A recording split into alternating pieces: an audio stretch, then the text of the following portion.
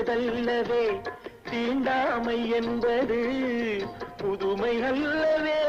அதை நீயும் சொன்னது சொன்ன வார்த்தையும் இரவல் தானது சொன்ன வார்த்தையும்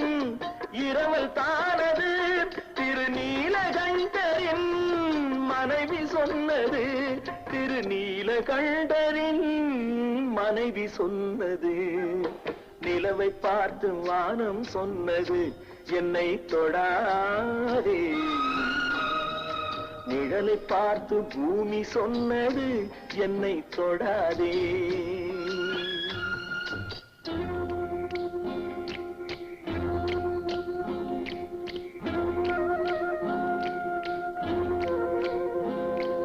தாளத்தை ராகம் தொடாத போதிலே